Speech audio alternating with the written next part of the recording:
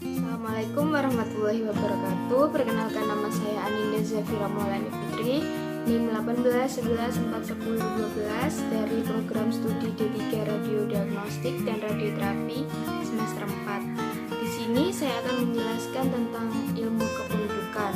Video ini dibuat untuk memenuhi tugas praktek mata kuliah ekologi dan kependudukan. Definisi kependudukan atau demografi adalah ilmu yang mempelajari dinamika kependudukan manusia. Demografi meliputi ukuran, struktur, dan distribusi penduduk serta bagaimana jumlah penduduk berubah setiap waktu akibat kelahiran, kematian, migrasi, serta penuaan. Perkembangan penduduk. Mengapa terjadi pertumbuhan penduduk? Pertumbuhan penduduk terjadi disebabkan oleh pertambahan atau pengurangan jumlah penduduk akibat adanya kelahiran, kematian, dan perpindahan penduduk. Yang pertama yaitu pertumbuhan penduduk alami. Pertumbuhan penduduk alami yaitu pertumbuhan penduduk yang diperoleh dari hasil selisih tingkat kelahiran dengan kematian dalam 1 tahun. Pertumbuhannya dinyatakan dalam per 1000.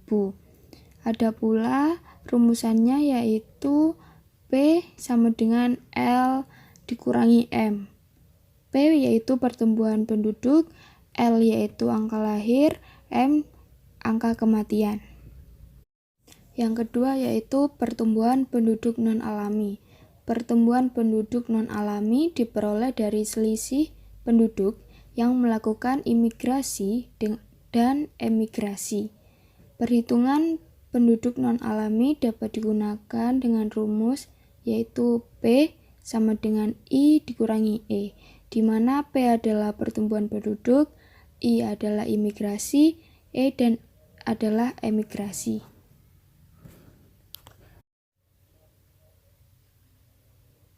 Pertumbuhan penduduk total adalah pertumbuhan penduduk yang dihitung dari selisih jumlah kelahiran dengan kematian ditambah dengan selisih dari pertumbuhan non-alami. Sehingga jika dirumuskan yaitu P sama dengan buka kurung L min M tutup kurung ditambah I min E. Teori kependudukan, yaitu yang pertama dari teori Adam Smith, menyatakan bahwa ada hubungan yang harmonis antara pertumbuhan penduduk dan pertumbuhan perekonomian, di mana pertumbuhan penduduk dipengaruhi oleh pertumbuhan ekonomi.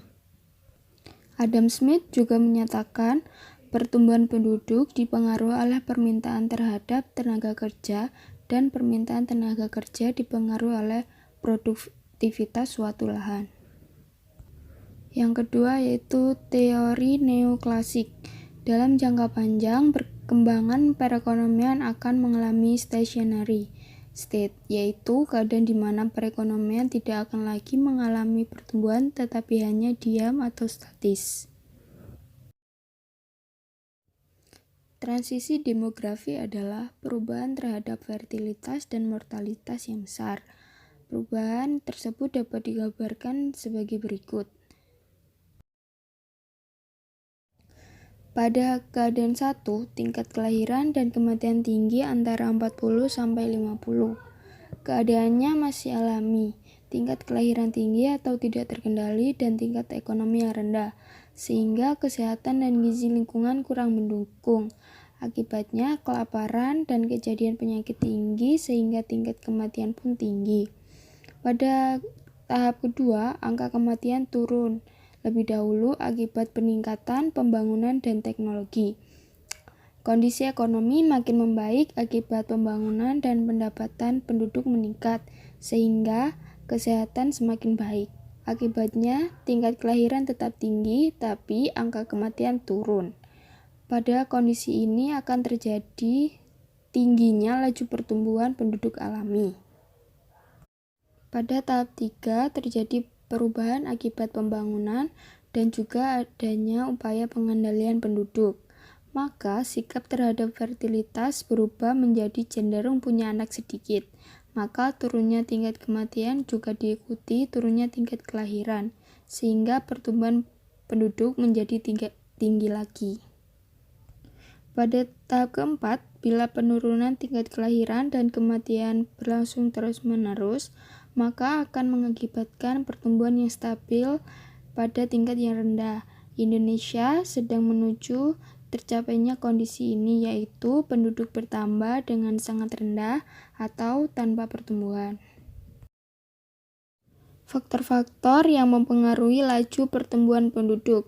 Yang pertama, angka kelahiran atau fertilitas. Fertilitas dalam pengertian demografi adalah kemampuan seorang wanita secara real untuk melahirkan yang diwujudkan dalam jumlah bayi yang senyatanya dilahirkan. Faktor-faktor pendorong dan penghambat kelahiran. Yang pertama, faktor pendorong kelahiran, yaitu anggapan bahwa banyak anak banyak rezeki. Yang kedua, sifat alami manusia yang ingin melanjutkan keturunan, pernikahan usia dini. Dan faktor penghambat kelahiran yaitu adanya program keluarga berencana atau KB, adanya peraturan pemerintah tentang pembatasan tunjangan anak bagi PNS. Faktor yang kedua yaitu angka kematian atau mortalitas. Angka kematian dibedakan menjadi 3 macam, yaitu angka kematian kasar, angka kematian khusus, dan angka kematian bayi. Tinggi rendahnya angka kematian penduduk dipengaruhi oleh beberapa faktor, yaitu faktor pendorong dan faktor penghambat. Faktor pendorong kematian seperti adanya wabah penyakit, adanya bencana alam, adanya pemberangan, kecelakaan, dan sebagainya. Sedangkan faktor penghambat kematian yaitu tingkat kesehatan dan pemenuhan gizi masyarakat yang sudah baik, negara dalam keadaan aman, dan tidak terjadi peperangan. Faktor yang ketiga yaitu migrasi. Migrasi merupakan salah satu faktor yang mempengaruhi angka pertumbuhan penduduk. Migrasi adalah perpindahan penduduk. Orang dikatakan telah melakukan migrasi apabila orang tersebut telah melewati batas administrasi wilayah lain. Faktor yang keempat yaitu angka kematian bayi. Angka kematian bayi di Indonesia masih sangat tinggi. Data Survei Demografi Kesehatan Indonesia tahun 2004 menyatakan AKB di Indonesia ialah 35 per 1000 kelahiran hidup. Kemudian pada SDKI tahun 2007 AKB di Indonesia menjadi 34 per 1000 kelahiran hidup. Faktor yang kelima yaitu kondisi angka kematian ibu atau AKI. Kondisi angka kematian ibu atau AKI di Indonesia kenyataannya masih tinggi dibanding negara tetangga seperti Malaysia dan Singapura. Berdasarkan SDKI tahun 1992 mencapai 390 per 100.000 kelahiran hidup. Selanjutnya, angka tersebut dapat ditekan terus sampai dengan 228 pada tahun 2007. Sedangkan pada tahun 2012 mulai naik sampai dengan angka 359 per 100.000 kelahiran hidup. Sumber data demografi yang pertama, sensus penduduk.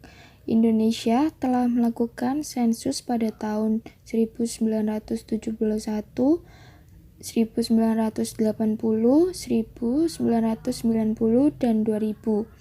Yang kedua, survei penduduk, yaitu diantaranya yaitu survei penduduk antar sensus, survei sosial ekonomi nasional, survei kesehatan rumah tangga, survei demografi dan kesehatan Indonesia. Yang ketiga, registrasi penduduk, misalnya dengan akte kelahiran, akte nikah, pembuatan KTP. Komposisi penduduk. Komposisi penduduk adalah penyusunan atau pengelompokan penduduk berdasarkan kriteria tertentu. Macam-macam komposisi penduduk. Komposisi penduduk menurut usia dan jenis kelamin. Usia dan jenis kelamin merupakan faktor penting dalam pengklasifikasian komposisi penduduk. Pada umumnya, Ada 3 bentuk susunan penduduk menurut usia, yaitu yang pertama piramida penduduk muda. Piramida ini terbentuk jika mayoritas penduduknya berusia muda, yaitu di bawah 15 tahun. Yang kedua, piramida penduduk stasioner. Piramida ini menandakan bahwa jumlah angka kelahiran sama dengan angka kematian. Yang ketiga, piramida penduduk tua. Yang kedua, komposisi penduduk menurut angkatan kerja. Yang dimaksud angkatan kerja yakni mereka yang bekerja, mereka yang tidak bekerja tapi sudah siap untuk bekerja atau sedang mencari pekerjaan. Yang ketiga, komposisi penduduk menurut rasio ketergantungan. Penggolongan penduduk Indonesia. Penggolongan penduduk Indonesia diatur dalam Peraturan Ketatanegaraan Hindia Belanda yang dibuat tahun 1927.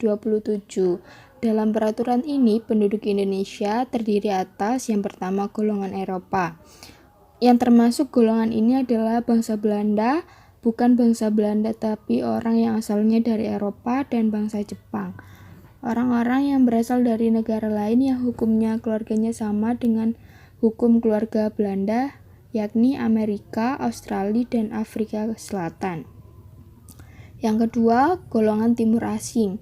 Yang termasuk golongan ini adalah golongan Cina, golongan timur asing yang bukan Cina yaitu Arab, India, Pakistan, Mesir.